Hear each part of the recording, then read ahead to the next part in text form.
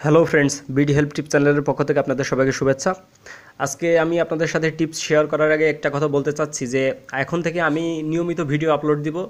তো আপনারা যারা এখনও আমার চ্যানেলটিকে সাবস্ক্রাইব করেননি তারা খুব তাড়াতাড়ি আমার চ্যানেলটিকে সাবস্ক্রাইব করে নিন, কারণ আপনাদের প্রয়োজনীয় যাবতীয় সকল রকমের হেল্প টিপস এখন আমি নিয়মিত আপলোড দিব। এবং আপনাদের যদি কোনো টিপস সম্পর্কে কখনও কোনো জানার প্রয়োজন হয় তাহলে অবশ্যই আমার কমেন্ট বক্সে কমেন্ট করে জানাবেন। তো আমি সেটা শিখে আপনাদেরকে শেখানোর চেষ্টা করব। তো বেশি কথা না বলে সরাসরি কাজে আসি। আজকে আমি আপনাদেরকে যেটি শেখাবো সেটি হচ্ছে কিভাবে আপনারা আপনাদের অ্যান্ড্রয়েড ফোনটিকে টিভির রিমোট বানাবেন।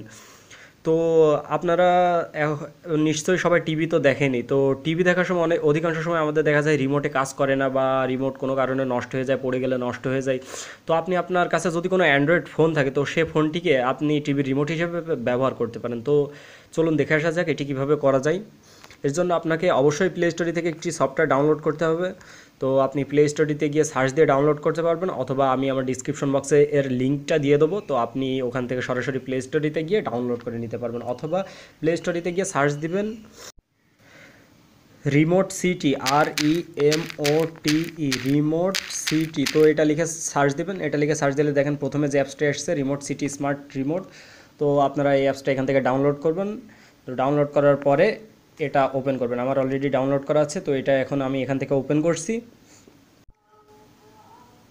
দেখেন ওপেন করার পরে এরকম একটা পেজ আসবে, এখানে লেখা আসবে অ্যাড রিমোট। আপনি অ্যাড রিমোটের উপরে একটা ক্লিক দিবেন। অ্যাড রিমোটের উপরে ক্লিক দেওয়ার পরে এখানে দেখেন আপনি অনেক কিছু রিমোট ব্যবহার করতে পারবেন: TV, set top box, DVD, audio system, streaming box, projector, DSLR camera, air conditioner, fan ইত্যাদি। তো আপনি এগুলো সব কিছুর রিমোট ব্যবহার করতে পারবেন। তো আপনি যদি টিভি রিমোট ব্যবহার করতেছেন তাহলে টিভির উপরে একটা ক্লিক দিবেন। টিভির উপরে ক্লিক দেওয়ার পরে দেখেন এখানে সার্চ ব্র্যান্ড। তো এখানে অনেক ধরনের ব্র্যান্ড আছে, আপনি যে কোনো ব্র্যান্ড, আপনার যে টিভি হোক না কেন এখানে ব্র্যান্ডটা অবশ্যই থাকবে। তো আপনি যে ব্র্যান্ডের টিভি ইউজ করেন এখান থেকে সেই ব্র্যান্ডের টিভিটা সিলেক্ট করবেন। ধরেন আপনি স্যামসাং ইউজ করেন, তো আপনি স্যামসাংটা সিলেক্ট করবেন। সিলেক্ট করার পরে দেখেন এখানে লেখা আছে পাওয়ার, তারপরে ভলিউম প্লাস, তারপরে মিউট। তো আপনি এই তিনটার ভিতরে যে কোনো একটা ট্রাই করে দেখবেন আপনার কোনটাতে কাজ করে। তো আপনি ধরেন পাওয়ারে উপরে ট্রাই করে দেখলেন, যদি কাজ না করে তাহলে নো করে দেবেন। নো করে দিয়ে দেখেন ডান দিকে বা বাম দিকে তীর চিহ্ন দেওয়া আছে, আপনি তীর চিহ্নের উপরে ক্লিক দিয়ে আর একটা নতুন রিমোট আনবেন। তো এখন উপরের দিকে দেখেন লেখা দিয়েছে স্যামসাং 2। তো 40টা আছে মোট, এর ভিতরে 2 এখানে মডেল, এই 40টা মডেল আছে। তো আপনি এই 40টা মডেলের ভিতরে এখন 2 নম্বরে আছেন। ধরেন আবার আপনি পাওয়ারের উপরে ক্লিক দিলেন, এবার আপনার টিভিটা অফ হয়ে গেল বা অন হয়ে গেল। তো আপনার টিভিটা যদি অন হয় তাহলে আপনি এটা ইয়েসের উপরে ক্লিক দেবেন, মানে আপনার এই রিমোটটা কাজ করছে। তো ইয়েসের উপরে ক্লিক দেওয়ার পরে এখানে নিচের দিকে দেখেন লেখা আছে অ্যাড দিস রিমোট। তো অ্যাড দিস রিমোটের উপরে ক্লিক দিবেন।